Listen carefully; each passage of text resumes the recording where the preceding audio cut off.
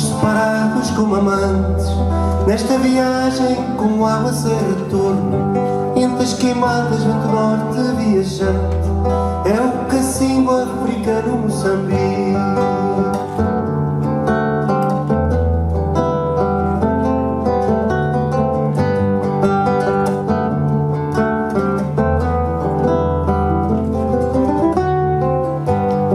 Ao terraço e à varanda do avô, passeios da dimensão do anarquista, ao teatro professor à fantasia, numa tope um sono de marimbas.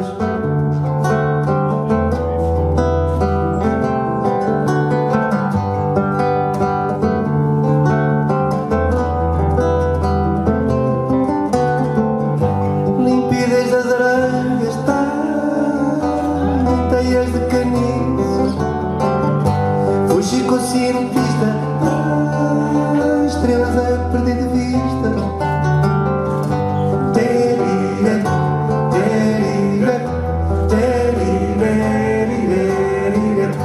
terira, terira, terira, terira.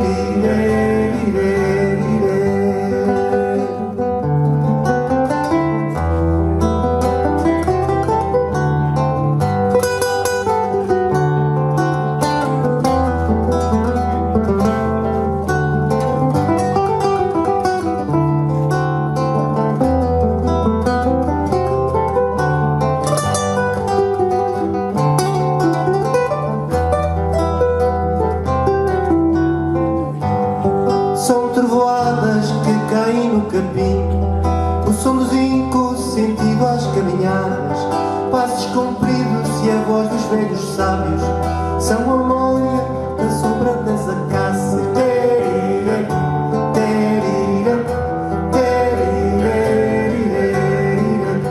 terira, terira,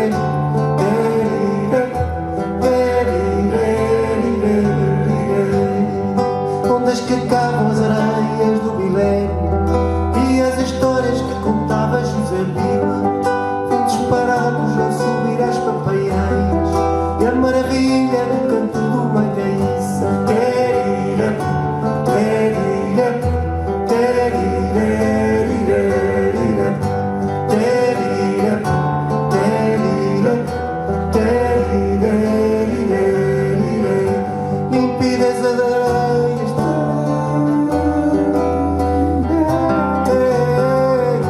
fugir com o cientista,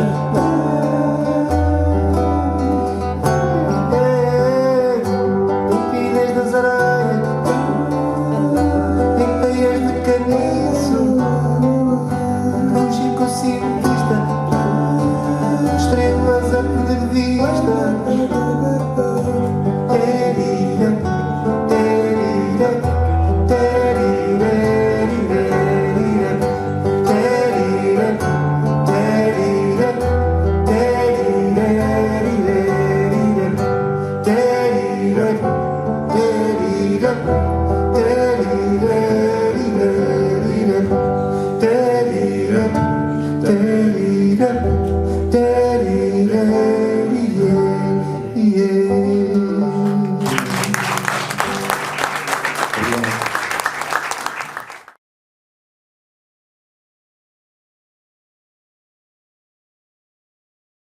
Exemplo que tem feito nos outros anos anteriores, temos realizado esta sessão com nossos convidados do movimento das Forças Armadas, já noutras coisas, noutras sessões, e tem sido um exemplo que temos feito de agrado também da população.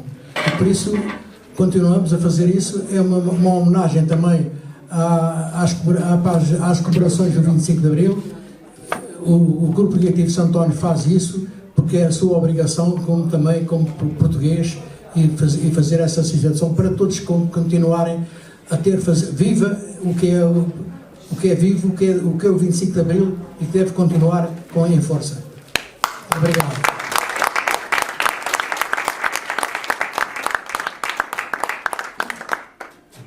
Agora, em primeiro lugar, eu convidava o Presidente da Direção a dizer algumas palavras também.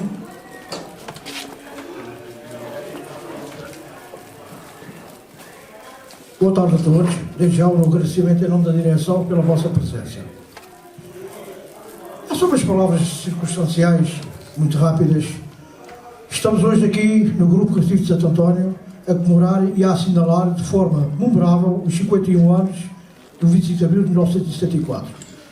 O 25 de Abril, que deu origem à Revolução dos Cravos, abriu portas a um conjunto de profundas alterações, como as sociais, políticas, culturais e económicas, que marcaram e transformaram pela positiva a vida do povo e do país. Por isso se diz e se afirma que Abril é mais futuro e os seus valores estão hoje presentes como o estarão no futuro de Portugal.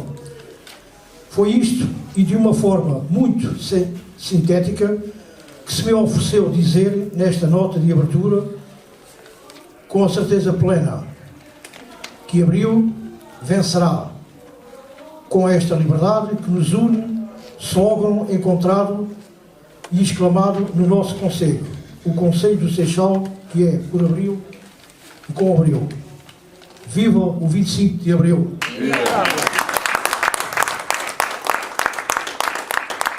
Posto isto, só alguns agradecimentos a todos os convidados que nós solicitamos para estarem presentes, que já foram apresentados.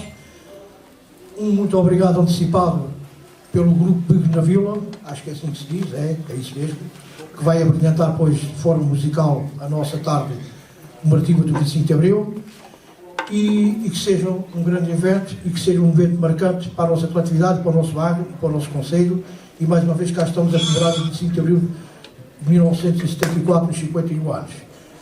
E passava a palavra ao nosso Presidente da Mesa da Assembleia. De seguida também dava a palavra à Presidente da União, que era... Mais que falar, eu vim mesmo para ouvir. Eu sou uma semente do 25 de Abril. Eu nasci depois do 25 de Abril, mas nasci com os valores de Abril. A minha mãe foi uma mulher de luta, é uma mulher de luta, de resistência. Foi uma mulher que lutou pelo seu posto de trabalho. Já estive aqui a trocar algumas inconfidências. Era uma mulher que trabalhava numa empresa de telefones, na Luís Pedro Mendonça, em Santaria da Zóia. O meu pai era operário na Covina, e tenho muitas histórias que eles me contaram de todas as lutas que eles travaram para suster, para contrariar tudo o que era opressão, tudo o que foi para manter o seu posto de trabalho. Dizer que basicamente todas aquelas mulheres que trabalhavam naquela empresa eram, portanto, mulheres, e que com o 25 de Abril o patrão fugiu para o Brasil, não é? E elas asseguraram todos aqueles postos de trabalho e trabalharam durante dia e noite, para assegurar todas as encomendas que tinham, e conseguiram tirar a empresa da falência. E quando assim foi, ele voltou, como devem calcular, e voltou, e só para contar esta pequena história, e voltou com uma opção total de querer despedir todos os trabalhadores, e todas elas lutaram. E quando eu digo lutaram, quando vinham os tais jagunços, que era assim que se falava, os encarregados, para lhes tirar à força do seu posto de trabalho, só não valia arrancar olhos, porque elas, numa frente unida, bateram-nos com força. E depois vinha a GNR, e elas a limparem as unhas cheias de sangue no avental, a dizer que não tinha acontecido nada, o que é que se passa, porque é que veio a GNR. Quando tocava a sirene que vinha a GNR, descia todos de Santaria, onde desciam toda a população, para proteger também aquelas trabalhadoras que estavam ali em luta. E que houve uma vez, ainda na Constituinte, o Jerónimo de Sousa, que é dali de Santaria da Zóia, que é de Piriscocho, de onde nós também somos, que só não dispararam contra elas porque ele meteu-se em cima de um carro e apelou à paz, apelou àquelas forças de segurança para que elas não fossem brutalmente assassinadas ali. Portanto, daí a minha mãe foi para a União de Sindicatos, e tem este percurso todo de luta, de histórias de vida que vivi com ela, mesmo dentro do sindicato, mesmo dentro do que a gente pode hoje dizer que é aquilo que é a luta de massas, mas uma luta de massas organizada, e que hoje a gente ainda tem, e por isso eu tenho o compromisso de, como eu e acho que todos vocês têm, de manterem vivos os valores de Abril, as conquistas de Abril, que foram muitas. Eu vim porque as conquistas de Abril também trouxeram o 13º mês, o 14º mês, trouxeram o aumento do salário. Antes de mim, a minha mãe teve que, efetivamente, que não vieram porque não havia hipóteses financeiras para vir, tinha uma irmã, só tenho ainda uma irmã, e há uma história de vida por trás disto tudo que eu tenho que preservar, porque a luta vai ter que continuar, porque há muita coisa ainda para defender, há muita coisa ainda para conquistar, e não podemos criar e andar neste retrocesso, temos que avançar, principalmente tudo aquilo que nos trouxe a cultura, a educação, a saúde, para todo o nosso país, para todo o nosso Portugal. E a gente diz que a revolução foi feita com cravos, mas para ela ser feita houve muita gente que foi torturada, houve muita gente que passou mal e que morreu nas prisões, para hoje nós temos aquilo que chamamos de liberdade e que às vezes não damos o valor que devemos dar a esta liberdade. E eu estarei aqui, eu sempre, todos os dias, e vou passar estas mensagens também aos meus filhos e a todos aqueles que eu consegui, para dizer: lutem com todas as forças, porque é muito difícil de conquistar a liberdade, mas principalmente é muito difícil de a manter. Obrigada a todos. Acho que temos aqui um excelente painel. Eu vim mesmo para ouvir, e obrigada de coração a todos.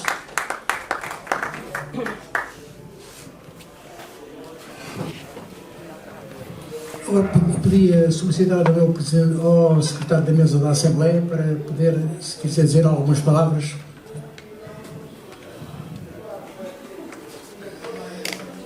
Muito obrigado, Sr. Presidente da Mesa, que de resto também é Presidente da Assembleia Geral deste clube.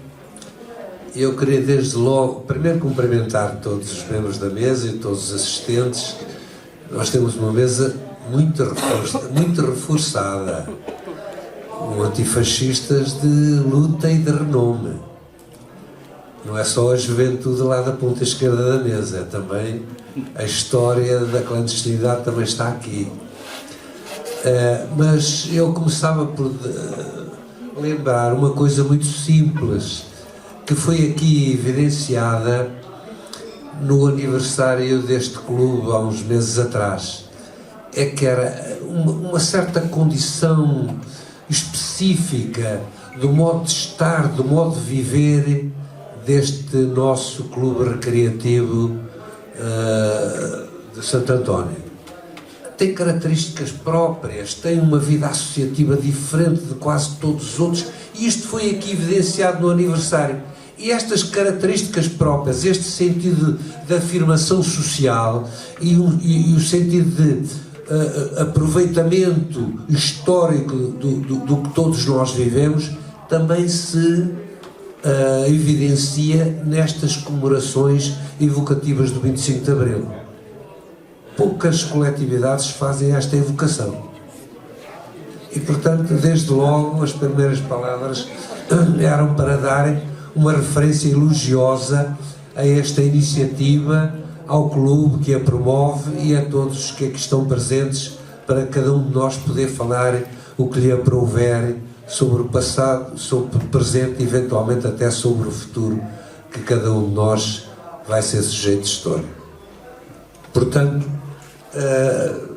é evidente que não se pode falar de 25 de Abril sem fazermos uma referência aos antecedentes. Portanto, se calhar estão aqui pessoas que melhor poderão falar sobre isso do que eu, mas de alguma forma eu queria dar 2 ou 3 notas sobre isso.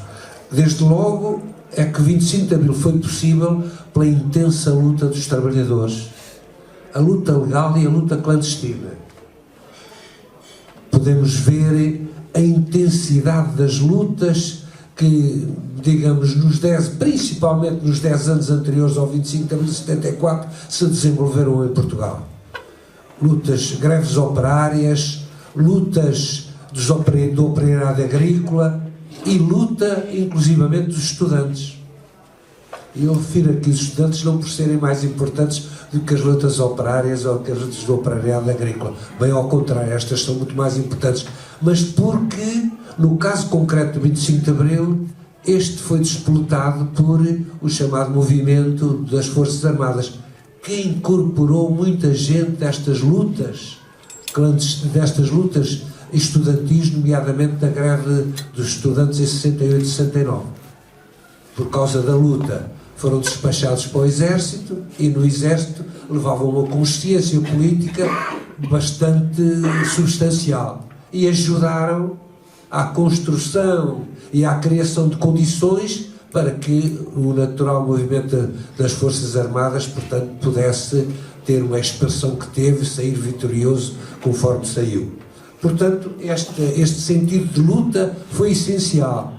Mas não só esta luta clandestina, podemos dizer que nesses 10 anos antes do 25 de Abril, portanto, nós tivemos 2 congressos da oposição democrática, fenomenais, o segundo dos quais definiu uma linha orientadora desde logo sobre a guerra colonial.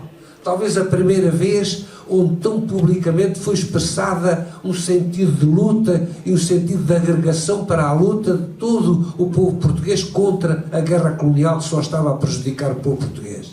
Mas também definiu linhas de orientação para a oposição democrática e para as próprias eleições que nesse outubro de 73 se realizaram.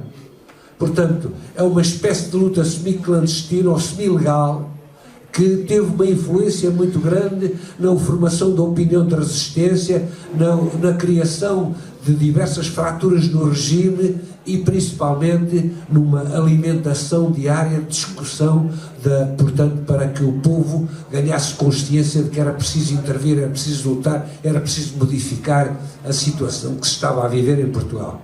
E daí ter resultado uma própria consciência do regime que estava com um sentido de desagregação, tinha uma continuidade comprometida e portanto foi esta luta que fez desenvolver e que depois culminou no êxito do movimento das Forças Armadas, que todos nós temos que saudar pelo seu sentido vitorioso, mas pelo seu sentido de responsabilidade política, que soube interpretar problemas, chamemos de classe, problemas próprios da sua área de intervenção e que soube aliar esses problemas aos problemas do povo português e dar-lhe a dimensão de massas. Portanto, contribuiu e aconchegou a transição do movimento de luta, que foi interpretado por eles, por o movimento das Forças Armadas, para um movimento de luta de massas que praticamente se desenvolveu por força portanto, esta consciência, como eu disse, nos 10 anos anteriores se desenvolveu em Portugal, portanto, se apresentou e teve expressões enormíssimas, o 1º de maio de 74 e por aí fora. Logo a seguir, as eleições de 75, logo a seguir a Constituição Portuguesa, vencendo, porventura, todas as batalhas que se colocaram ao povo português e, portanto, que depois se traduziram nesta democracia que nós temos e nesta democracia que temos que continuar a preservar e a lutar por ela. Democracia que está consubstanciada em determinados contextos e fórmulas que a Constituição consagrou e que são regras de ouro para a nossa vida de portugueses, não é? Posto isto, dar também 2 palavras sobre um bocadinho da atualidade. Isto é, nós depois desta época propriamente da resistência, depois da época da Revolução, tivemos agora um período de consolidação da Revolução em que temos, digamos, apresentado fundamentalmente, quando digo temos, é o povo português, apresentado fundamentalmente uma linha de resistência contra aqueles que querem contrariar as conquistas, as chamadas conquistas de Abril.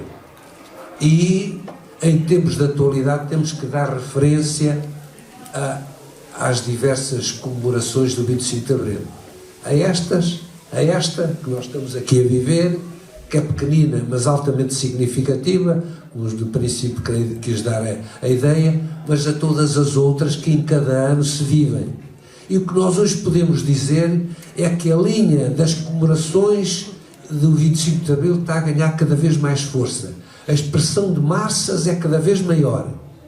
Nomeadamente nos 2 últimos anos, são coisas avassaladoras por todo o país, que são linhas de resistência, mas são fundamentalmente linhas de afirmação, onde se vê, portanto, uma dominação da juventude nessas comemorações, onde se vê também o fenómeno da afirmação da mulher nessas manifestações. Isto são condicionantes e características que também nos ajudam muito a ter a ideia de que esta revolução veio para ficar e nós temos pessoas, temos linha de massas, temos intervenção suficiente para resistir à direita que quer pôr a cabeça de fora neste nosso país.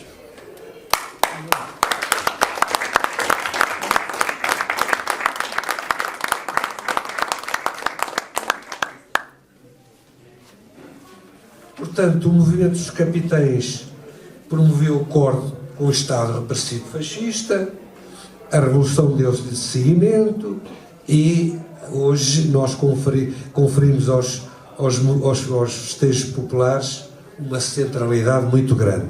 E é por isso que estamos aqui.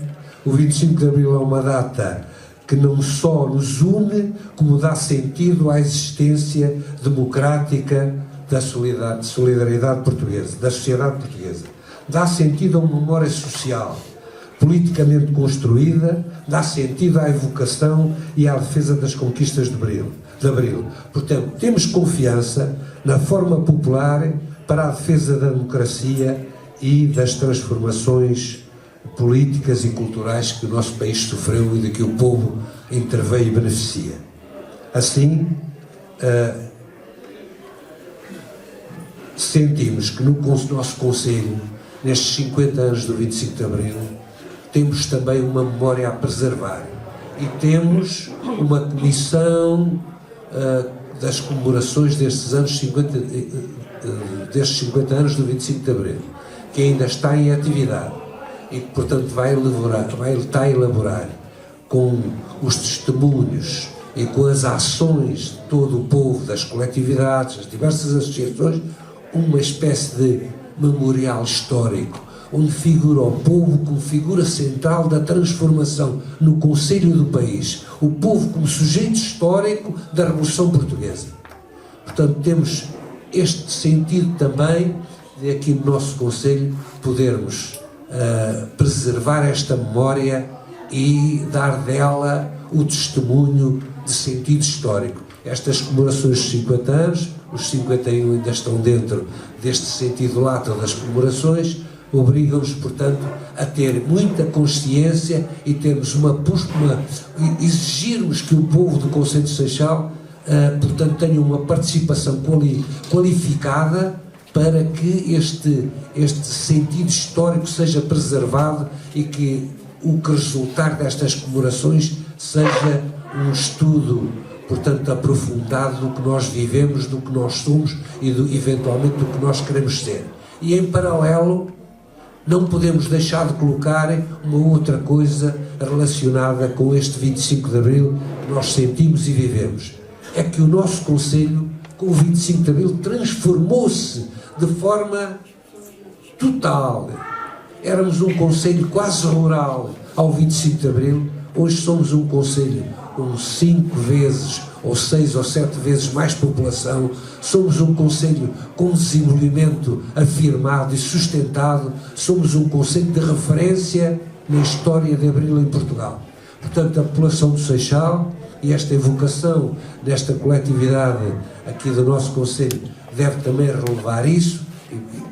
Portanto, somos um Conselho que se transformou com o 25 de Abril, que se honra do 25 de Abril e que tem um povo que soube construir à sua maneira um Conselho de Abril. Muito obrigado.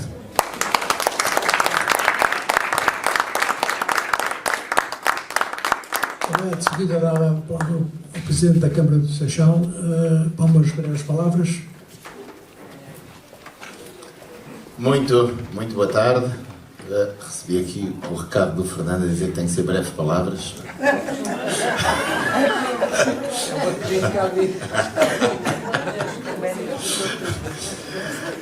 Muito boa tarde a todos. Para mim é uma honra estar aqui assim e felicitar o Grupo Recreativo de Santo António, na pessoa dos seus presidentes da direção e da Assembleia Geral, o Fernando e o Leonel e o Fernando.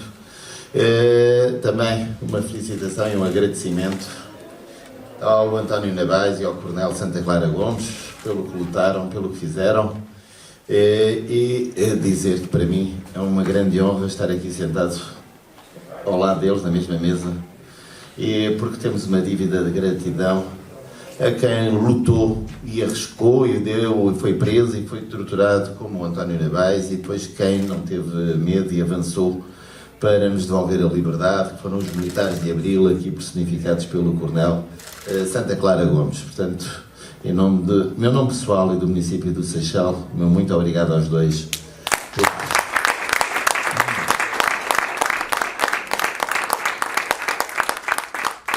Se não fosse a vossa coragem e o vosso espírito de luta e de quererem, sem dúvida, que este país fosse diferente e que fosse um país livre, nós não estaríamos aqui hoje, certamente, a ir e a evocar a liberdade que o 25 de Abril de 74 personifica. No meu caso pessoal, eu costumo dizer que fui um dos grandes beneficiários do 25 de Abril. Eu fui um dos grandes beneficiários, portanto, quando foi o 25 de Abril, eu tinha 8 anos, era um menino, estava na 2ª classe.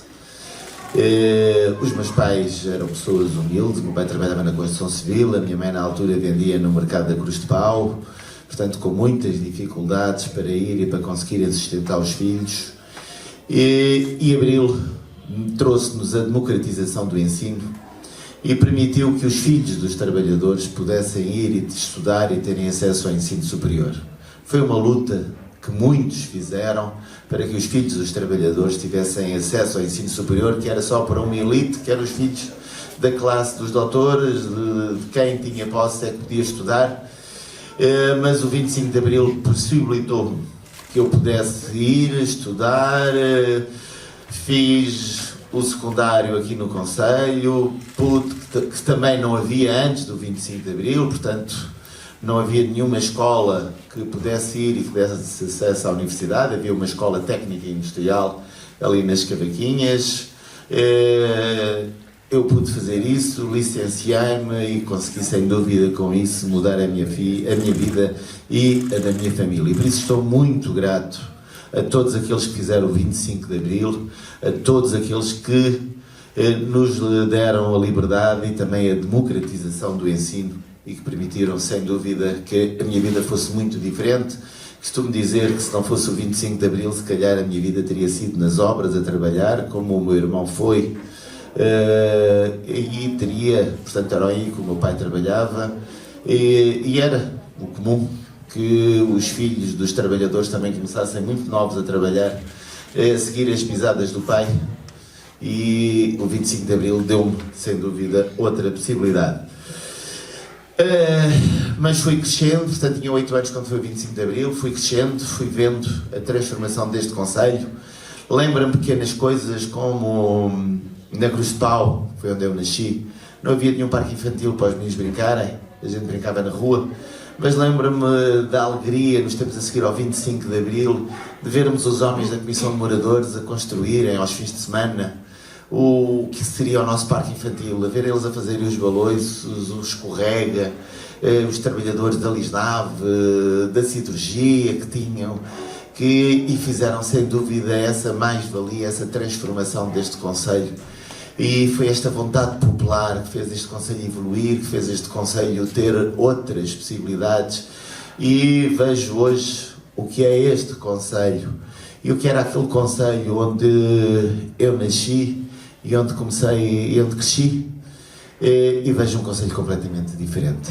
As escolas onde os meus filhos andaram já não têm nada a ver com as escolas onde eu andei, as possibilidades que os meus filhos tiveram de ir e de desenvolverem-se desportivamente não tem nada a ver com aquelas possibilidades que eu tinha. E sem dúvida temos essa grande dívida aos homens que fizeram o 25 de Abril, e por isso, em meu nome pessoal, o meu muito obrigado a eles. E acho que temos que ir, e a melhor homenagem que podemos fazer ao 25 de Abril é mantermos, sem dúvida, o desenvolvimento deste Conselho, é ir e fazermos com que este Conselho continue a ir e a ter bem vivos os ideais de Abril.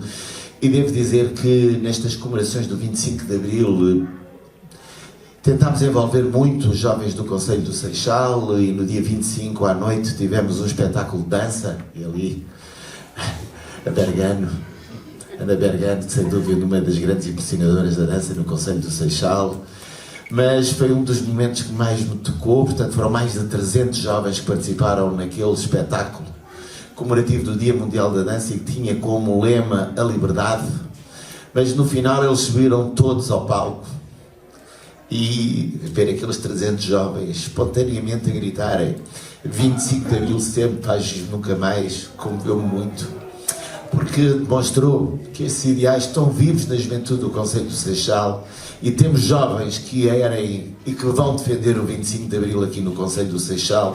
Quando a minha geração arrumar as botas, temos outros que vão erguer bem alta a liberdade, a bandeira da liberdade, e que vão continuar a lutar para que este seja o Conselho de Abril. Muito obrigado a vocês, e viva o 25 de Abril.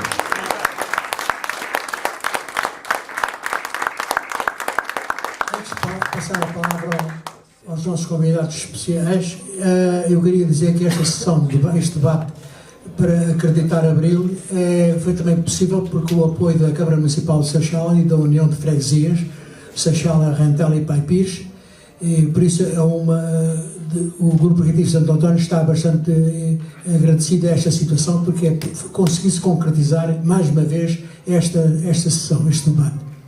Eu agora dava a palavra aos dois convidados. Podia ser um coronel.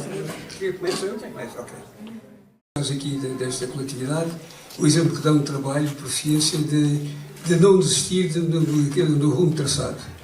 Nós estamos aqui no exemplo concreto das conquistas de Abril. Nós estamos aqui numa coletividade que se mantém e progride e continua trabalhando, levando às suas justas dimensões aquilo que é o direito de reunião e associação, que está condicionado pela lei, absolutamente coartado antes do 25 de Abril. E obviamente também o poder autárquico antes do 25 de Abril simplesmente não existia. As câmaras eram nomeadas e está tudo dito. Portanto, quer dizer, é um sistema que funcionava de cima para baixo. Foi aqui referido muito bem que aqueles 10 anos antes do 25 de Abril foram diferentes, e foram em 3 aspectos. Vou deixar para a última parte militar, para mim, que é aquilo que realmente posso falar com mais propriedade. Mas temos, em primeiro lugar, um fenómeno que foi a imigração maciça, muita dela por motivação política, mas também, sobretudo, económica, e que levou as pessoas para fora das fronteiras a ter uma perspectiva diferente do mundo, contacto com sociedades novas, que funcionavam de maneira diferente, com valores diferentes, e alguma coisa veio para cá. A segunda foi a referida, foi a luta dos estudantes, primeiro em 62 e depois em 69, essas crises académicas, e como aqui referi, nós notávamos, já a sociedade já não era aquele em compartimentos fechados como era antes, e muita vez, como foi aqui referido também, muitos oficiais e sargentos, milicianos, foram tirados da universidade, metidos nas Forças Armadas como castigo, e o efeito que teve foi o efeito que se faz quando se deita fermento na massa do pão. Foi exatamente isso que aconteceu. Bom, já lá vamos tratar um pouco mais sobre isso.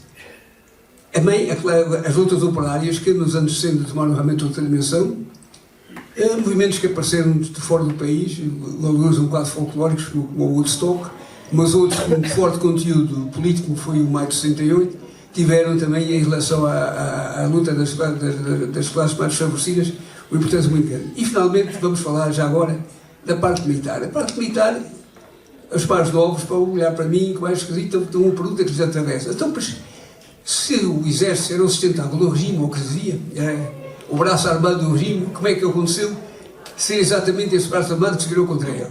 Bom, por razões várias. Uma delas foi exatamente, vamos falar sobre, já falamos dos não profissionais, que são aqueles que mais tarde ou mais cedo iam fazer o exercício militar obrigatório, portanto já iam com outras ideias, mas vamos falar concretamente dos profissionais. Foram que, quando entraram por lá da NATO, tive alguns aspectos bastante positivos. Uma delas foi realmente abrir também as mentalidades a outras realidades do exterior. O pessoal, nos anos 50, é raro encontrar um oficial que falasse inglês ou francês, ou coisa que vale, ou algum falava francês, inglês poucos, não havia assim grande coisa. É que tivessem conhecimentos técnicos do exército moderno, que tivessem conhecimentos da sociedade, do que era isto. E isso deu que o pessoal que foi entrando tinha uma característica bastante diferente. E isso aparece logo em 59, que é chamada Revolta da Sé, em que há um tipo de pronunciamento de oficiais no sentido de democratizar o país. Isto seria impensável, porque aqueles 20 anos já levavam, mais de 20 anos que levavam o salazarismo, já tinha perfeitamente liquidado aqueles velhos bonzos, portanto, aqueles velhos republicanos, que a única coisa que conseguiam fazer, às vezes em cadeira de rodas, era comemorar o 5 de outubro ali para a avenida ao estátua do Dr. José de Almeida. Já tinham uma coisa de atualização do sistema. E essa gente não deixaram também de ser um sistema de endogamia. Quer dizer, o pessoal não eram filhos militares que iam militares, havia gente fora do sistema. E essa alteração profunda das Forças Armadas levou a que as pessoas começassem a ter um sentimento diferente. As suas mulheres, as suas namoradas, eram muitas vezes alunas das universidades e levavam a universidade para casa. E lá estamos até as influências. Em resumo, toda esta abertura da sociedade, aquela década de transição, que foi dos anos 60, levou a realmente o modo de pensar, o modo de sentir dentro das Forças Armadas fosse um completamente diferente daquele exército salazarista, militares para os quartéis, ordens são ordens e por aí fora. Eu juntava aqui um quarto ponto, foi a década da África, assim, quando se deu as independências dos países sul-africanos. Esse também foi uma coisa que começou a calar fundo em toda a sociedade. Infelizmente nós tivemos aqui, em Portugal, mais concretamente em Angola, um acontecimento que foi muito perturbador, que foi os massacres de 61. Quando em março, 7 de março, 15, 6, 7 de março de 61, são aqueles massacres no norte de Angola. Massacres foram indiscriminados. Falam-se dos colonos brancos, mas foram muitos mais os bailundos que foram assassinados porque não eram bacongos. A guerra foi também tribal e que estavam ali a ocupar a terra que não era deles. Essas segundas partes, praticamente ninguém falou que interessava, era a outra parte. A outra parte, a generalização que realmente muito conveniente e vinda de fora, porque também era verdade. Os bacônicos também estavam meio representados na norte da nossa província, na altura, na norte de Angola. E, portanto, isso deu um choque psicológico da minha geração.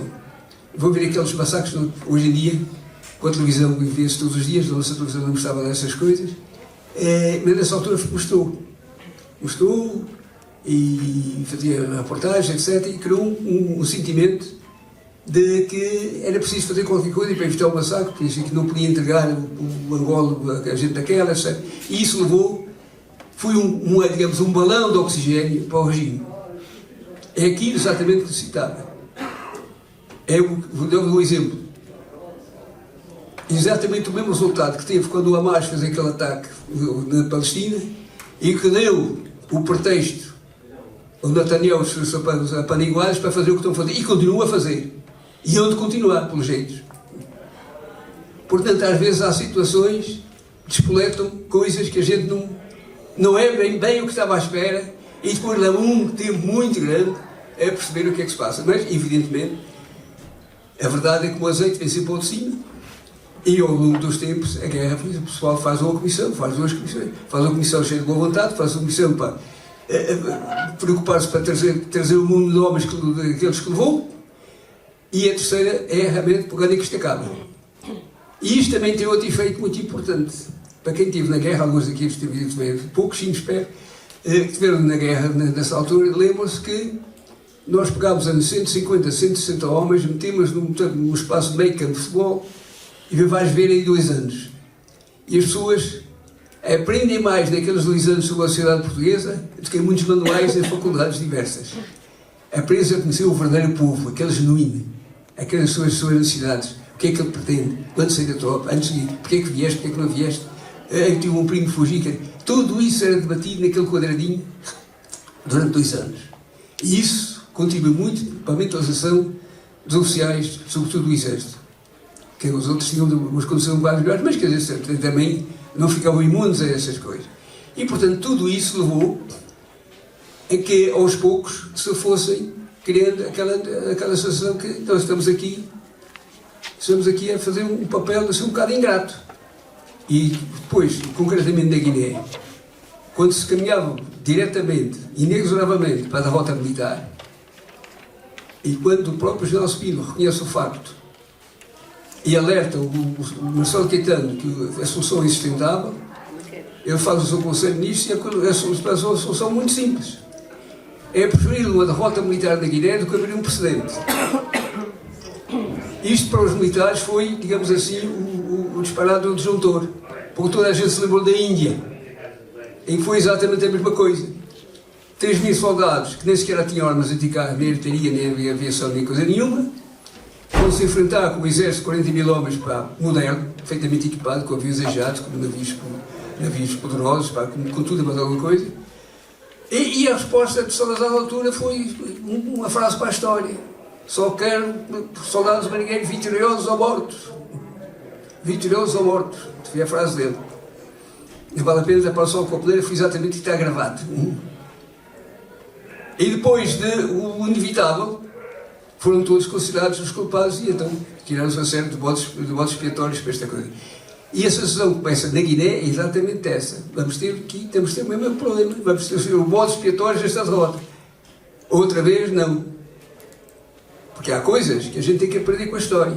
E já depois, já para a frente, vou relembrar esta frase. A gente tem que aprender com a história.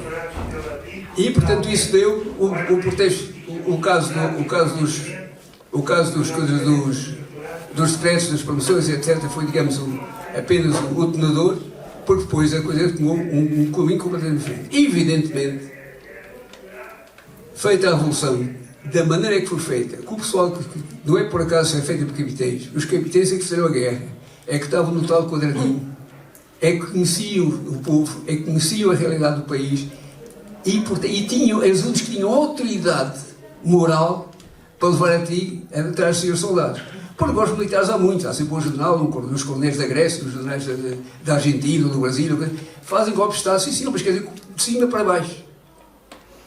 Ora, o 25 de abril vem de baixo para cima. O sentido como deve ver. E, portanto, aí está, porque não acertava em nenhum das análises que faziam do exterior. Mas um golpe de militares é pretender instaurar a democracia. Isto nunca se viu, isto não pode ser. Isto não está nos livros, não está nos manuais, isto não pode ser. Mas era, e foi, e espero que continue a ser. Bom, depois, evidentemente, depois do 25 de abril, como eu vesti uma espécie daquela garrafa do espumante que a gente tira a tampa e depois tem tudo cá para fora, aos bolotões, obviamente. Teve de comprimir tanto tempo. Eu lembro-me daqui uma frase do Bertolt Brecht, que eu gosto muito. É assim, toda a gente reclama contra o rio, é mais ou menos assim, contra o rio que destrói as margens, que destrói as terras e as coisas. Mas ninguém fala das margens que o oprimem, dos diques que o oprimem. Nós tínhamos as nossas opressões e depois, obviamente, quando caíram esses diques, obviamente, fizeram-se as neiras, fizeram-se eles, com certeza, mas faz parte. Isso faz parte da história da humanidade desde sempre. Foi assim com a Revolução Francesa, foi assim com outras revoluções, foi sempre a mesma coisa. Não vale a pena a gente... No dia 25 de manhã, estávamos todos do mesmo lado. No dia 26 da tarde já não era bem assim. As pessoas, obviamente, tinham opções diferentes. Aí é que entra o conceito de democracia. É como gerar os consensos. E por isso estamos aqui a comemorar 2 datas. O 25 de abril, que nos libertou, e depois as primeiras eleições livres, que é o mais importante, que foram um bocado contestadas, com uma participação que nunca mais se voltou a ver, de 20 e tal %, é o dobro do atual, mas que consolidou aquele caminho que nós queríamos seguir. Depois, mais para a esquerda, mais para a direita, nós tivemos aqui as coisas todas, mas o que interessa aqui é o fundamental. E o fundamental é a defesa democrática. Pronto. E agora, só queria acrescentar uma coisa. A democracia não é uma espécie de um pacote embrulhado em papel seda que a gente dá a cada um. A democracia tem mais a ver com o fluxo de estufa. Tem que ser regada, adubada, exposta ao sol, posta à sombra, cuidada, para que, com todos os desvelos, para que possa realmente dar a sua plenitude. E é assim. Se não for assim, nós estamos neste momento a assistir a coisas que eu pensava impossíveis. É curioso. Em 1930 e poucos, o escritor Sinclair Lewis escreveu um livro muito curioso, isto não pode acontecer aqui, chama-se o livro, em que narrava a tomada de um senador populista, a tomada de instalação do governo fascista dos Estados Unidos da América do Norte. E escreveu isto em 1930 e tal. Se vocês deram o trabalho de ler aquilo, vão sentir um frio na espinha. Aí vão. Está-se a assistir a mesma coisa. Não sabemos qual será o futuro, mas os sintomas são os mesmos. E porquê? Porque o sistema americano, que é um sistema de contrapeso e equilíbrios, etc., foi de repente cortado em duas, a sociedade cortada em duas, um a favor e outros contra, não há diálogo nenhum. Portanto, toda a atração de 2 séculos desapareceu de um dia para o outro. E nós estamos a assistir agora a uma coisa que tal impensável. E porquê? Exatamente por isso. Porque o sistema que cuidadosamente pensado não foi cultivado, regado, estrumado, podado, etc. E nós temos que ter atenção aqui na Europa, com tentativas idênticas que estão a florescer por aqui e por lá. Porque o fascismo pode ser instituído pela marcha de Roma do Mussolini, mas chegar lá democraticamente como foi o do Hitler. Chegou lá, não ganhou eleições nenhuma, da maioria absoluta, mas foi nomeado, e que foi nomeado fez exatamente qualquer coisa que a gente está a ver, tomar conta de todo o aparelho de Estado. E por aí fora. E portanto, meus amigos, a alerta que vos deixo é este. Nós estamos aqui só para comemorar o aniversário. Nós não estamos aqui, e os que adorava eu, estamos aqui só logisticamente, estamos aqui, está tudo bem, passámos mal, a gente da assistência, temos aqui um belíssimo exemplo do que era a assistência, e portanto, não estamos aqui só para festejar como quem faz assim o Natal, a Páscoa, a coisa que vale, a coisa que já se passou, e está a consolidar. Não! Nós temos que entender estas comemorações como uma forma de luta, para que as nossas ideais não se deixem abafar por circunstâncias e tentativas várias que nós temos a ver aparecerem, a arrebentar por aqui e lá como cogumelos. Ou como vimos ontem no Lar São Domingos, por exemplo, no dia 25, no Lar São Domingos. Atenção, porque as coisas não estão assim consolidadas. Infelizmente, gostaria muito de estarmos aqui a comemorar, vemos assim um caneco, e está tudo bem, graças a Deus, está tudo consolidado. Não está. É por 2 razões. Primeiro, porque eles causam. E depois que nós temos que ser ambiciosos. Se o homem decidir lutar para melhorar a sua melhoria, deixa esse homem passar um bicho. É próprio do homem lutar para a melhoria das suas condições. Para o avanço da ciência, o avanço das artes, o avanço da cultura, o avanço do contrato social, e tudo isso. Isso é normal, é a coisa mais normal que se tem. E não podemos abdicar disso, não podemos ir para dentro e pensar que está tudo conseguido. Não está. Se o fizermos, deixar de lutar, estamos pura e simplesmente a abdicar da nossa condição de homens. Atenção, estou aqui, senhoras, eu não sei se há apoiou-quistas, espero que não, se não começa a dizer que das mulheres, porque obviamente homens estão a falar da espécie. E portanto, é isso que nós estamos aqui, temos que fazer. É isso que temos de estar atentos a ver o que acontece. É isso que nós hoje temos, que antigamente um jornal levava 3 dias, 4 dias a chegar, e hoje em dia a net é instantâneo.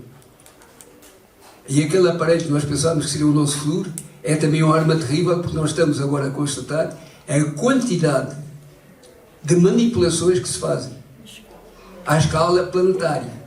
E alguns pretendem fazer à escala cósmica. Não vou circunstância o que é a inteligência artificial, mas quer dizer, já chega que aqui está, e já assistimos a várias vezes, em como uma mentira é propagada, repetida de várias fontes, e é uma das coisas que a gente aprende na tropa, isso é exatamente a ver quando se trabalha em informações, é conferir de onde é que elas vêm. Porque se aparecem notícias iguais, se for ver se vem a mesma fonte, é só uma. Certo? E às vezes há esse engano. Falando disso, todos do mesmo clube, do mesmo partido, então pronto, estamos conversados. É daí. Portanto, meus amigos, queria mais uma vez agradecer, não me quero alongar muito por fora aqui, só mais uma vez agradecer à autarquia e aqui à coletividade a possibilidade de podermos estar aqui a dialogar um pouco convosco. Não sei se depois haverá diálogo ou não, mas eu só queria mais uma vez vincar isto. Não estamos só a comemorar. Estamos aqui a marcar um ponto importante naquilo que é a defesa daquilo que foi tão dificilmente alcançado. Acabou de centenas de anos a construir e não sei quantos anos irá durar, mas aquilo que é para nós, que é a nossa condição de cidadãos de corpo inteiro, num sistema democrático, que funciona no respeito daquilo que está escrito, não é preciso inventar nada. As questões dos direitos dos homens, as constituições estão feitas, mas quando insisto, o Hitler nunca se deu o trabalho de mudar a Constituição. Isso é curioso, quer dizer, foi um país completamente... Nem se preocupa que ele farrapo de papel. E há mais, temos o Trump a fazer a mesma coisa, o welfare da Constituição. Portanto, estamos aqui para defender acerrimamente as nossas conquistas. Não vou ser tão pessimista a dizer que só estamos a ter que jogar a defesa. Mas também temos que jogar a defesa. E jogando a defesa, vamos conseguir realmente aquela senda para o futuro, para o progresso. Aquele progresso que deve ser aqui uma coisa de nós todos, digamos assim. Eu lembro aqui em Emílio Carreiro, com 110 anos, com mais de 100 anos, estava preocupado com o futuro. Não estava a comemorar o aniversário dos bisnetos. Não. Vamos ser como eles. Vamos ser como outros. Vamos preocupar com o futuro, vamos lutar pelo nosso futuro e não esqueçamos o conjunto de valores que tem que ser o cimento da união da nossa sociedade portuguesa, aquilo que nós conseguimos ao fundo deste tempo todo e que não vamos deixar para trás. Não vamos ficar só a defesa, mas também temos que estar a defesa. Viva o 25 de Abril e viva Portugal. Obrigado.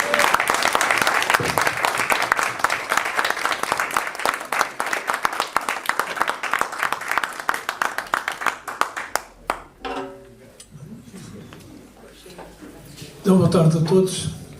Saudação aos presentes. Eu convosco estou aqui nesta coletividade, já a conheço há muitos anos, porque eu vim de longe, de muito longe, como diz a canção, da Póvoa de Santiria, mas conheço bem aqui esta coletividade. Eu convosco estou aqui e nós estamos a comemorar ou a referir, ou seja o que for, nós estamos aqui a falar sobre o 25 de Abril e a falar sobre aquele heroico movimento dos capitães. Eu, quando digo heroico, é repetidamente heroico, porque derrotar um regime fascista de 48 anos é uma coisa muito séria. Acaso para refletir perfeitamente como é que se conseguiu derrubar aquele regime que tinha uma polícia que controlava de toda a maneira efetiva, que perseguia, prendia, torturava e matava. E era isso que todo o povo português estava sujeito. Eu costumo falar com alunos das escolas, amanhã tenho marcado mais uma também, alunos de 10, 12, 14 anos, e é formidável o interesse que eles manifestam quando eu começo a revelar determinadas situações que aqui nem vale a pena, porque vocês certamente conhecem. Porque é de facto uma receptividade, e quando se fala na juventude, é bom falar com eles. E falando com eles, eles acabam por entender. Porque estar aqui a referir, por exemplo, um jovem dizer que, e vejo-os à minha frente, e dizer isto não é possível o que eu estou a ver. E ficam assim, mas como? Rapazes e raparigas misturados no Senhor. Escola para rapazes, escolas para raparigas. Isto são coisas que para vocês não é nada de novo, mas para um jovem de 12, 13, 14 anos é uma coisa surpreendente. Nós estamos a chegar ao verão. Eu digo para eles, o verão praia, fato de banho como? Mas fato de banho completo. Não havia cá, biquíni, quer dizer, são estas coisas que para vocês não é nada de especial a dizer, pá. E eu costumo dizer até para eles, esta coisa bonita de ver e de fazer, que é o beijo na boca entre dois namorados, merecia a intervenção da polícia. Era assim exatamente que se fazia. Portanto, era um sistema de controle que vocês com certeza conhecem, ou conheceram, ou que têm ouvido falar, o problema da censura, da falta de liberdades e tudo mais. O problema das prisões, pronto, eram assim, de forma controlada por PIDE. No meu caso pessoal, desculpem lá estar a personalizar a questão, mas para entendermos melhor, eu comecei a estudar na Afonso Domingos, aí com 16, 17 anos, e aí fui convidado para, enfim, com dificuldades que sentíamos, e nós sentíamos as dificuldades de viver naquelas situações, com transportes, ou falta de transportes, e fui convidado a aderir ao Mudo Juvenil. Como o nome indica, era um movimento da juventude. E aí permaneci até mais uns 3 ou 4 anos, até que aderi ao PCP. E a partir daí, de facto, é que foi o resultado mais sério da minha vida, que foi, passado algum tempo, ter sido preso. E fui preso, portanto, durante 5 anos e meio, 4 anos e meio no Aljube, 4 anos e meio em Caxias e 1 ano no Aljube, e sujeito às maiores torturas que eles faziam. Portanto, o primeiro interrogatório, lembro perfeitamente bem, claro, isto não é para esconder, não é para esquecer, foram 5 dias ou 6 noites sem dormir, dias e noites sem dormir, para que eu dissesse aquilo que eles queriam que eu dissesse. Portanto, aquilo era terrível e sujeito a torturas, coisas horríveis, não é? Portanto, passado esse tempo, entenderam, não sei de que maneira, recolheram a cela, e a cela era um cubículo que tinha 3 metros de comprimento por 2 de largura, onde comia, onde bebia, onde dormia, onde fazia tudo. Claro, ao meu lado havia mais celas nas mesmas condições. E com esta particularidade, quando eu digo que estive 5 anos ou 5 dias e 5 noites sem dormir, com esta particularidade de que durante esse tempo passado, estando na cela, eu estava sujeito a que a qualquer hora da noite, 2, 3 da manhã, bateram o guarda às grades, prepare-se para ir à polícia. Quer dizer, vejam o que era isto, estar a dormir descansado, mais ou menos descansado, e àquela hora sujeito a ir à polícia e sujeito a mais interrogatórios e mais assim um dia ou uma noite sem dormir. Portanto, todas estas situações, de facto, que nós sentimos, o meu caso é um caso particular, comparado com muitos outros, é até muito reduzido, porque houve camaradas meus que estiveram presos 12, 13, 14, 15 anos, nomes que vocês com certeza que já ouviram falar, e que, enfim, e foi assim que de facto se foi resistindo, mas sem parar, apesar de tudo. Nós éramos libertados, ou tínhamos que, enfim, houve casos de fugas, e quando havia o caso de uma fuga de presos políticos, como aconteceu na célebre fuga de 61, eu estava nessa altura em Caxias, quando dei para essa fuga, nós, um dia de manhã, ouvimos tiros, estou aqui alguma coisa. E passado um bocadinho ouvimos um guarda dizer, olha, fugiram até aquele mais velho. O mais velho era um camarada, assim, desde o e vimos que, de facto, eram pessoas responsáveis que tinham fugido. Portanto, mas fugiram não para, enfim, depois passar a vida tranquila, ir à praia, não, era para continuar a luta. Por isso, alguns deles voltaram a ser presos. Portanto, mas era de facto uma vida, estar a dizer isso para vocês, se calhar não é nada de novo. Portanto, aquele regime fascista era terrível, bem que a censura exercia uma ação terrível sobre os jornais, sobre os meios de comunicação, o sistema de controle terrível, livros apreendidos, peças de teatro que estavam autorizadas, mas eram obrigados para serem representadas a ir à censura, que se davam ao luxo, passa a expressão, que faziam cortes numa peça já publicado em livro, mas para representar já tinha que ser censurado, tinha que ser com cortes. Era um regime que é difícil, portanto, continuar a falar nisso sem sentir uma amargura, e desculpe lá por pessoalizar. Eu, quando às vezes me lembro, estive 5 anos e meio preso, tinha 21 anos. Oh, com caramba! Um jovem com 21 anos toma lá à prisão 5 anos e meio. Eu aguentei, claro, como todos aguentavam. Enfim, levávamos uma vida, não digo tranquila, mas adaptada ao regime à situação em que vivíamos. E estar aqui a fazer um relato que muitas coisas, se calhar, vocês sabem e que é a repetição daqueles que vocês veem muitas vezes nos jornais ou que agora também veem na televisão. Eu ficaria por aqui à disposição de qualquer questão que queiram pôr.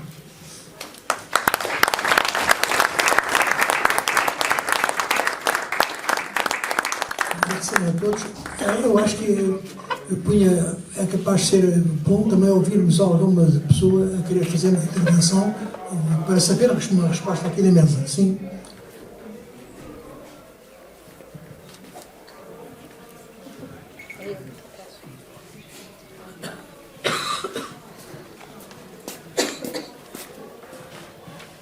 Boa tarde a todos e boa tarde também ao painel. Eu tinha 2 perguntas, uma para o Sr. Coronel e outra para o António Nabais. Do António Nabais, pessoal, se quando foi preso temeu pela sua vida e que, digamos, que consequências é que teve, no fundo, as torturas, a tortura do sono, nomeadamente, se ainda hoje tem, digamos, alguns resquícios exatamente desse período. Para o Sr. Coronel, eu queria perguntar como é que o Sr. Coronel vê, por exemplo, os movimentos de libertação nas ex-colónias, porque, no fundo, com a guerra de desgaste que eles fizeram ao regime ditatorial, eles também terão contribuído profundamente para debilitar o regime e para que, enfim, o próprio exército português chegasse à consciência de que, afinal, aquilo não tinha muito para andar. É verdade, houve lutas estudantis, lutas dos trabalhadores, lutas do povo português, mas penso que teremos também, talvez, penso eu, de salientar a luta dos povos colonizados pela sua independência e, digamos, a resistência à própria ditadura e de maneira como é que o Sr. Coronel vê, digamos, o papel dessas lutas, no fundo, no processo de libertação gradual e de luta gradual de resistência, no fundo, todos os que estavam sobre essa tutela da ditadura, tanto nós aqui como, no fundo, também eles lá.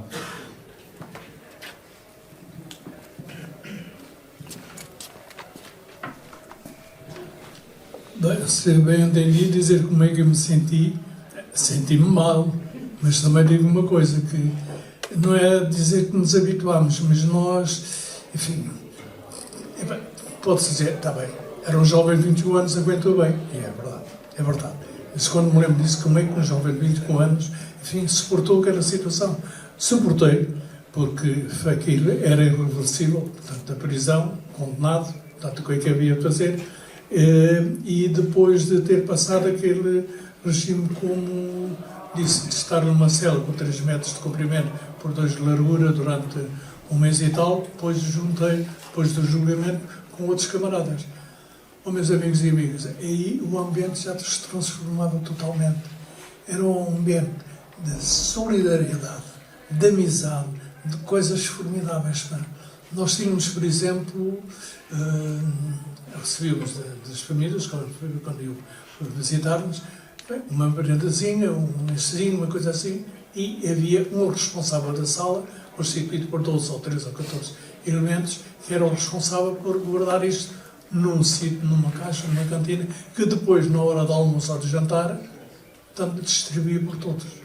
Portanto, se havia uma família que levava 6 laranjas e nós éramos 12, era metade da laranja para cada um quando fomos comer. E um ambiente, de facto, perfeitamente, não digo agradável, mas suportável, porque nós tínhamos a vida, era de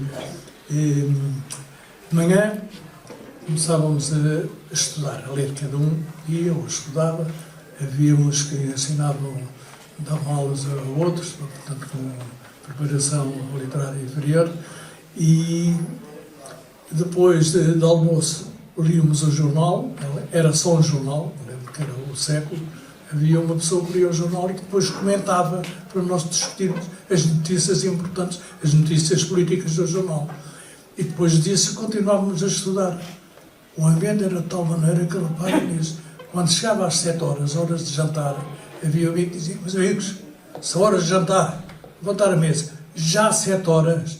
Quer dizer, nós estamos para a mesa e com aquela situação, estarmos chateados, já serem 7 horas. Portanto, aquilo, por este ambiente, não digo que se suportava, mas enfim, sentimos, não é dizer que nos sentíamos bem, mas pronto, era o ambiente que tínhamos e tínhamos bem. Depois disso, parece que entendi assim, o que é que isso afetou a minha vida? Nada, saí, voltei a trabalhar numa empresa, envolvi-me muito nas coletividades, nós, por exemplo, na coletividade onde eu estava, criámos uma comissão cultural. Agora imagina isto, agora diz comissão cultural. Não, naquela altura dizíamos comissão cultural, agora podemos dizer comissão político-cultural, porque toda a atividade cultural que fazíamos tinha qualquer conteúdo político, porque quando te convidávamos a ir a fazer uma palestra àquela coletividade, ao Grupo de Trabalho de Divulgação para a Satiria, portanto não era pela pessoa qualquer, era o Igreja Esquerda, era o Bordado Santareno, era o Stal Monteiro, portanto pessoas perfeitamente identificadas da oposição ao regime. E com a oposição do Presidente da Câmara, que dizia que não eram permitidos qualquer debates ou colóquios sem prévio conhecimento desta Câmara Municipal. Nós não éramos uns chatinhos, para essa expressão, não correspondíamos ao senhor e não cobríamos. E ele continuava a insistir. Portanto, a minha atividade foi, de facto, voltada muito ao associativismo, continuando depois inscrito no PCP, mas a ser de uma forma mais cuidadosa, portanto, no associativismo, dedicado à poesia, dedicado ao teatro, e é onde estou agora. Portanto, sinto-me bem.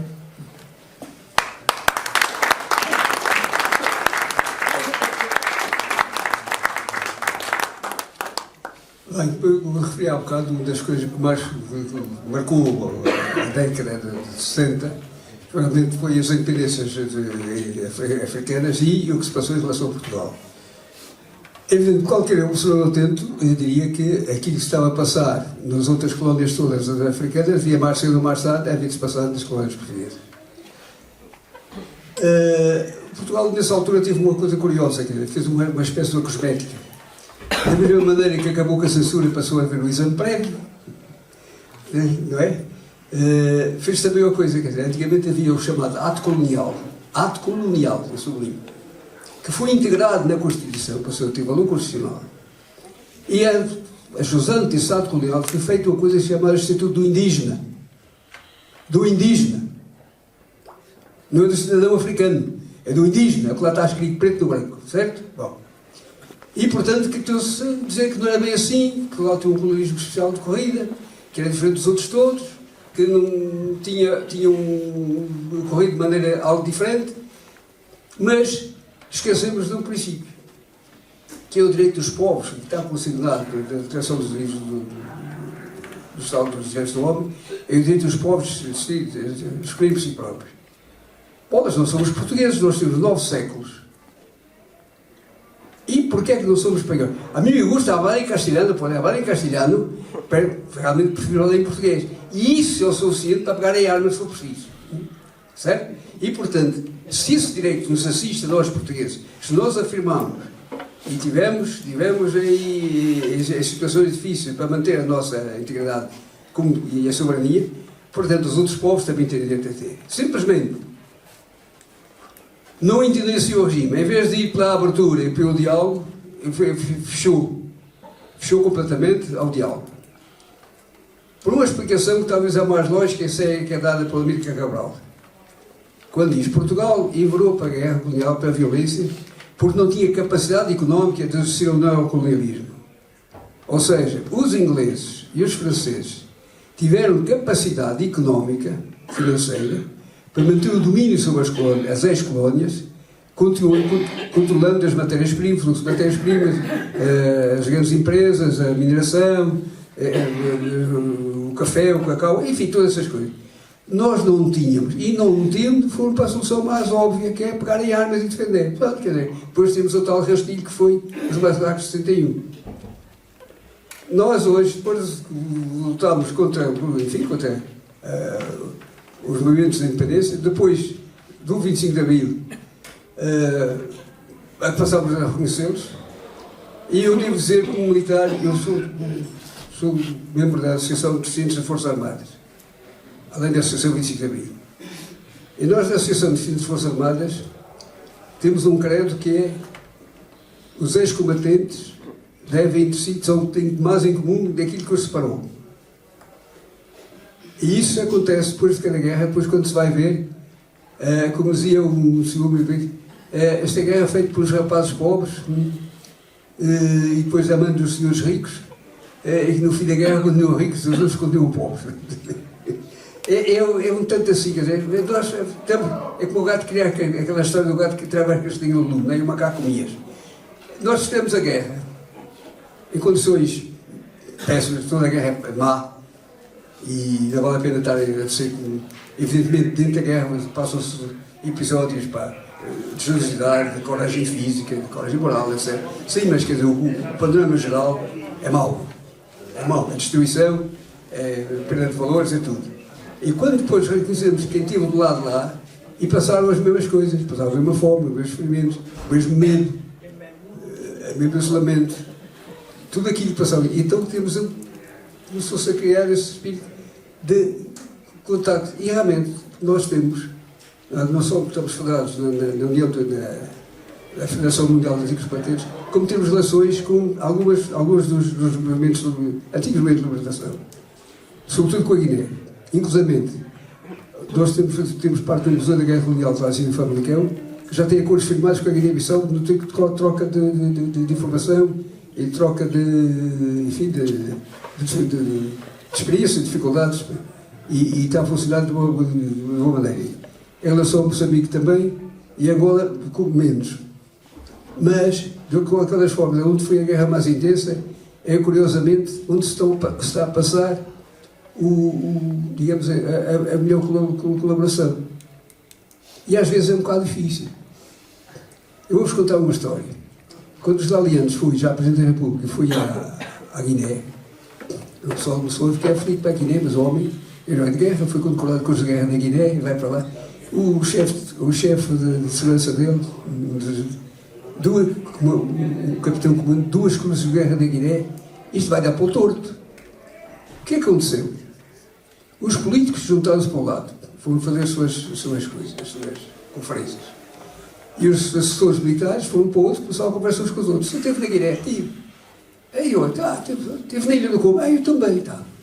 E as duas porteiras estavam a conversa, parecia que estava a falar do evento desportivo, ou uma coisa parecida, que as pessoas tinham muito em comum e aquilo, a motivação política estava ultrapassada.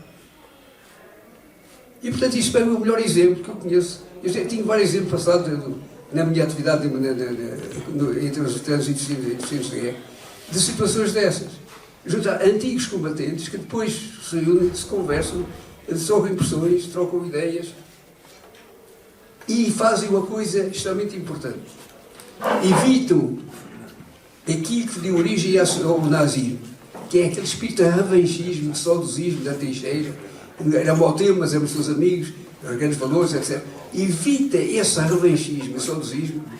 Como disse um dia Rudolf Hess, o braço direito do Hitler, o nazismo foi a ideia que saiu das trincheiras. Giro, realmente é exatamente isso. Não, a guerra passou e vamos enterrar este assunto, não vamos esquecê-los. Vamos pagar a fatura, estou aí, nos deficientes, nas viúvas, nos órfãos, nos concessos pós-traumáticos, vamos pagar a fatura. Não vamos esquecer, mas vamos fazer uma sociedade nova com esse cimento que ficou. É essa a nossa posição. Não sei se respondi à sua pergunta. Respondi à sua pergunta. Muito obrigado.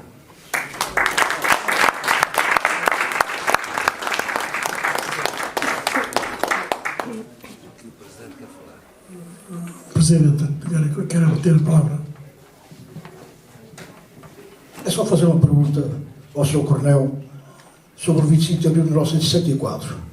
O movimento dos capitães insurgiu ou foi... Portanto, vocês tiveram só em consideração a parte militar, porque ouve-se dizer na gíria popular que o 25 de abril aconteceu porque os militares, os coronéis, ou os capitães, ou alguém da patentes, estavam fartos da guerra e estavam a ser prejudicados com a guerra, e por isso é que o 25 de abril aconteceu. Ou se os militares também tiveram em consideração as lutas que, entretanto, iam acontecendo pelo país, as greves, aquelas grandes lutas sindicais que também já aconteciam, a situação muito mais para trás, muito mais anos atrás, a conquista das 8 horas de trabalho na parte do capacidade. Então, tudo isto, estas lutas todas, isso também pesou, isso também tiveram isso em consideração, também pesou na vossa consciência. Portanto, é assim que me exprimo. Gostava de ouvir o Coronel sobre isto.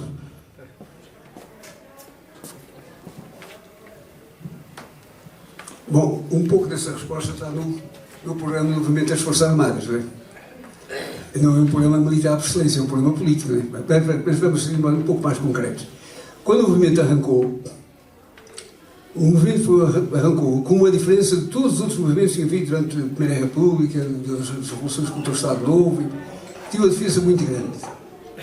Foi feito por oficiais de patente inferior, capitães e alguns majores, já havia um tenente-coronel, oficiais de patente inferior, todos com experiência de guerra, todos com experiência de combate. Faz aí a primeira grande diferença. Ou seja, sabiam muitíssimo bem como é que se prepara uma operação militar. E uma operação militar prepara-se basicamente com segredo. Não se pode discutir um golpe de Estado na praça pública. Numa Assembleia de Freguesia, isso não pode ser assim. Se é para lutar contra um poder constituído e que não tem peixe e usar a força, temos que trabalhar exatamente da mesma maneira. E o movimento é aparecer, até a princípio, quase só do lugar de policiais para o Aragô, mas realmente a ideia é essa, tomar isto em mão e depois entregar a quem direito. E o quem direito é o povo português. É o povo português. Está objetivamente no momento. Agora, na fase deste, obviamente, foi uma operação militar pura e dura. Com ordem de operações, com anexo, com isso. Realmente a gente vê aqui como é que foi feito. E depois, quando a revolução começa a vir para a rua, onde se estão lembrados os mais antigos, quando as recomendações disseram que ninguém saia para a rua para evitar derramamento de sangue e isto e aquilo. O que é que fez o povo português? Precisamente ao contrário. Aquele a quem é destinada a revolução percebeu. Eu fui preciso que ninguém explicasse que a revolução era para eles. E saiu tudo à rua. E transformou um golpe de Estado numa revolução. E é isso a regra dos factos. Obrigado.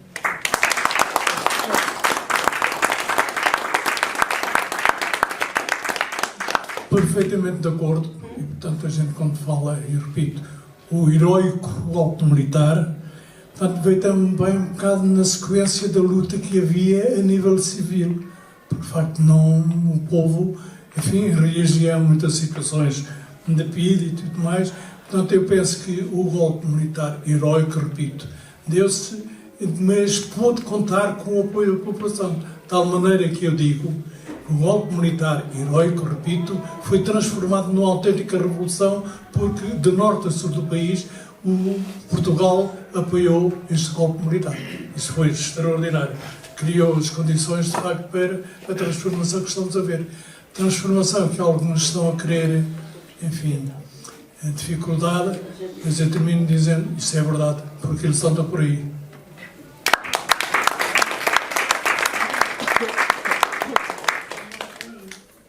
Não sei se há mais alguma pessoa que queira intervir, pessoa citar uma pergunta, não é?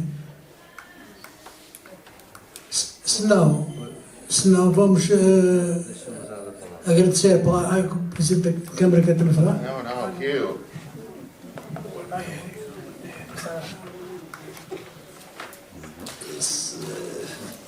É dar aqui duas notinhas breves. Uma relacionada, tivemos há bocadinho na inauguração de uma praça aqui no Conselho de Seixal, precisamente dando o nome de Sebastião Pinheiro, que foi um grande resistente antifascista, um lutador de antes do 25 de Abril e depois do 25 de Abril. Portanto, é uma coincidência, não é? Nós viemos desta inauguração para aqui para, portanto, talvez seja natural dar esta pequena nota e esta informação, nomeadamente às pessoas aqui do Conselho Seixal. Nós tivemos no Conselho Seixal diversas expressões dessa luta, porque, inclusive, tivemos diversos centros de trabalhos clandestinos do Partido Comunista Português aqui no nosso Conselho. Essa história está a ser feita, entrará nessas comemorações, é só uma pequena lembrança para aqui ser referida. A outra lembrança tem a ver com a minha referência ao Congresso da Oposição Democrática, nomeadamente ao último, que se desenvolveu em abril de 74, onde estiveram diversos elementos do MFA. Isto não era fácil. Alguns deles estiveram lá clandestinamente. E há um, por acaso até veio trabalhar aqui para o Conselho de Seixal, para a nossa Câmara Municipal, que esteve lá formalmente, oficialmente, digamos assim. Portanto, este Congresso também temperou politicamente, portanto, o movimento das Forças Armadas e as pessoas que estavam dirigindo esse movimento das Forças Armadas. Se o Sr. Coronel não se importar, eu fazia uma terceira pequena referência à questão dos movimentos de libertação, que diz respeito só a uma breve situação política deles. Primeiro, foram movimentos com um sentido de vanguarda eminentemente patriótico, com bastante representatividade relativamente aos povos dos respectivos países. Portanto, afirmaram-se desde logo com uma grande afirmação, com uma grande obrigação de luta, e o que custou inicialmente a definir era em que tempo é que eles iam afirmar a luta armada.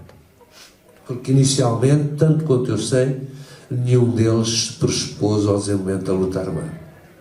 E depois de esgotadas, nomeadamente o Amilcar Cabral, depois de esgotadas diversas tentativas de diálogo, é que a luta armada se tornou completamente inevitável.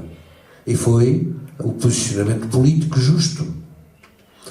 E, portanto, que envolveu depois as populações e foi aceito pelas populações até ao sentido de vitória afirmado. Uma terceira característica é que foram movimentos de polarização da unidade interna e externa. Eles conseguiram, no contexto internacional, inclusivamente no quadro das Nações Unidas, encontrar apoio fortíssimo para o desenvolvimento da luta armada. E, por último, nesta breve caracterização, uma questão que eu considero bastante importante é que eles nunca identificaram o povo português como seu inimigo. O seu inimigo era o fascismo. E, portanto, tal como o povo português estava contra o fascismo em Portugal, eles também estavam contra o fascismo em Portugal. É uma caracterização muito interessante e definidora do sentido específico e ideológico da luta política dos movimentos da libertação. É uma característica inconfundível, chamamos assim. E, por último, também em termos de dar expressão à verdade histórica, foi o Partido Comunista Português que sempre apoiou estes movimentos de libertação. É da história que foi clandestinamente o Partido Comunista Português que transportou o Agostinho Neto para a África e apoiou sempre os movimentos de libertação. Muito obrigado.